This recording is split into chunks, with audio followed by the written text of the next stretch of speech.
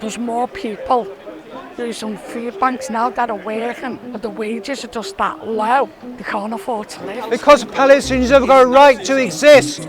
They've got a right to exist in their own land. Attack me! Attack me! I'm not hugely confident in the current shadow cabinet in their ability to deliver for trans people. True democracy is citizen-led. Margaret Thatcher talked to the IRA and through an intermediary, and I thought, when I heard that first, I thought, thank God, because there's no resolution without talking. If you could describe Keir Starmer in one word, what would it be? Honest. Honest? Yeah, honest politics. One word, wow. Dependable? Different word. He seems, considering what the job he does, he's quite normal. He seems as normal as anybody else, if that makes sense. Stable. Professional. I don't know, you're talking about Tory wets, he's a Labour wet. He just sort of moulds himself. I think he's the proper, serious leader that we need. The nation's in an absolute state, and it's time for a grown-up to be in charge again, and Keir Starmer's that man. He's good at what he does, but I think he doesn't quite represent the reality of the Labour Party and the Labour Party membership. Oh, wow. And why would you say that? I think the Labour Party membership is more to the left. What does the Labour government stand for? What does it look like? In my view, it stands for working people. Basically, there's nothing out there for us at the moment. A time when we're struggling. I mean, where I live, it's a highly deprived area. Food banks are overrun by working families. Everyone thinks that you're unemployed if you're using a food bank.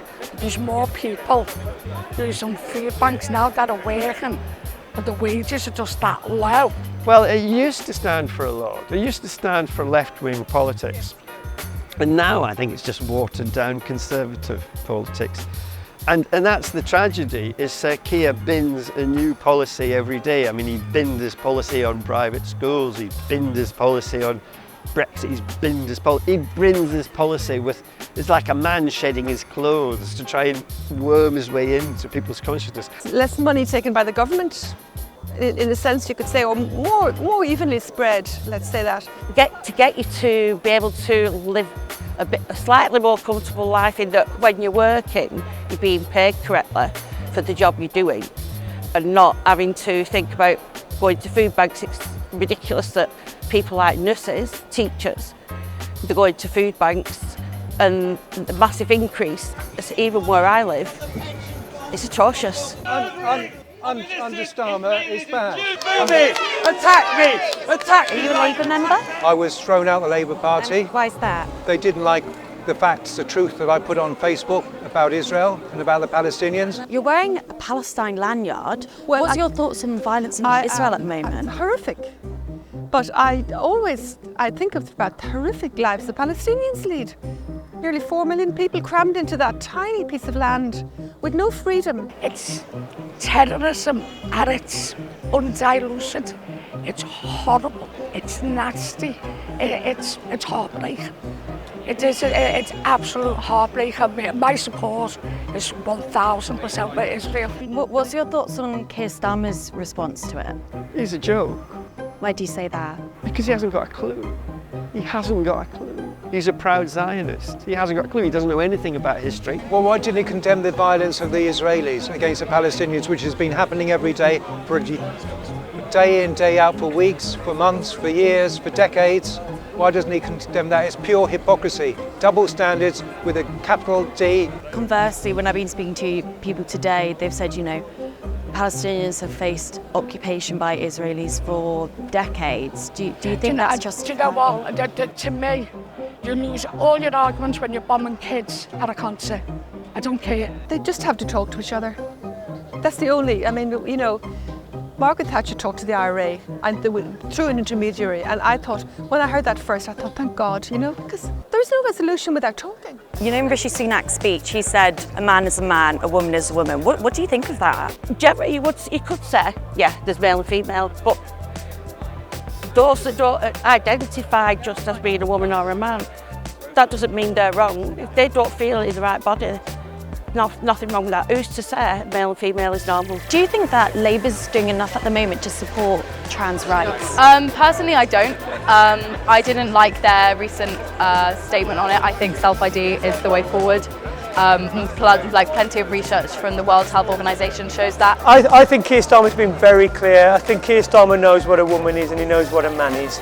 I think it's, I find it, I despair at the fact that the Conservative Party is now reduced to using wedge issues and trying to stoke up cultural wars when basically at the heart of politics, it's, you know, there should be compassion. I mean, that's the basis of all the things that we're supposed to be doing as politicians.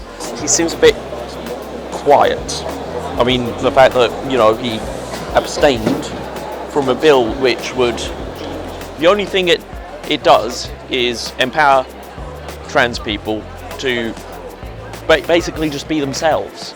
It doesn't affect anyone else. We're open to all, and we haven't ever put anyone out or not welcomed anyone. So this party is for all. I am also so aware of the pressure that is on them to not be too left on this issue, to not be too pro-trans rights. But yeah, I'm not hugely confident in the current shadow cabinet in their ability to deliver for trans people. You know, we see the Tories, you know, they talk about the pandemic, the war in Ukraine, all leading to us, you know, basically being in this cost of living crisis. Do you think that if a Labour government comes in, they're going to have similar struggles? I think it'll be fairer. I don't think the Labour Party are going to come in with this big magic wand and go, you know, ta-da, you know, you'd love for that to be the case. But I think it'll be fairer. I think it's funny when the government say they haven't got this money, but they had millions to lose on protective gear during COVID. There was millions being used when the coronation. There was millions being found. There's always millions to be found, but not when it's to pay nurses a better wage, or not when it's to help working families that are struggling. You know, all of a sudden, it's them people that are on benefits. All of a sudden, it's them nurses that want a better wage. Yeah, I don't know. I mean, you know, after the war, we had no money. We had nothing. You know, we were in huge debt. And somehow we managed to build the NHS, we managed to build really good quality social housing. You know, I just think if there's a will, there's a way.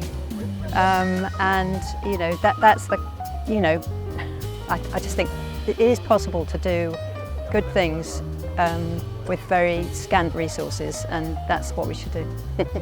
I actually think the Lib Dems and the Greens are going to take Tory votes. People say that folk win elections. They don't. Governments lose them because people are fed up with the incumbents. If you look at John Major, Maggie Thatcher, they all lost because people were fed up with the incumbents. Do you think Keir's just sort of been the right man at the right time? Well, I was in the Labour Party still when Keir came along, and I had a look at him and I said, yeah, so Keir looks like a good bet. He's the Director of Public Prosecutions, he's a lawyer, he'll know things.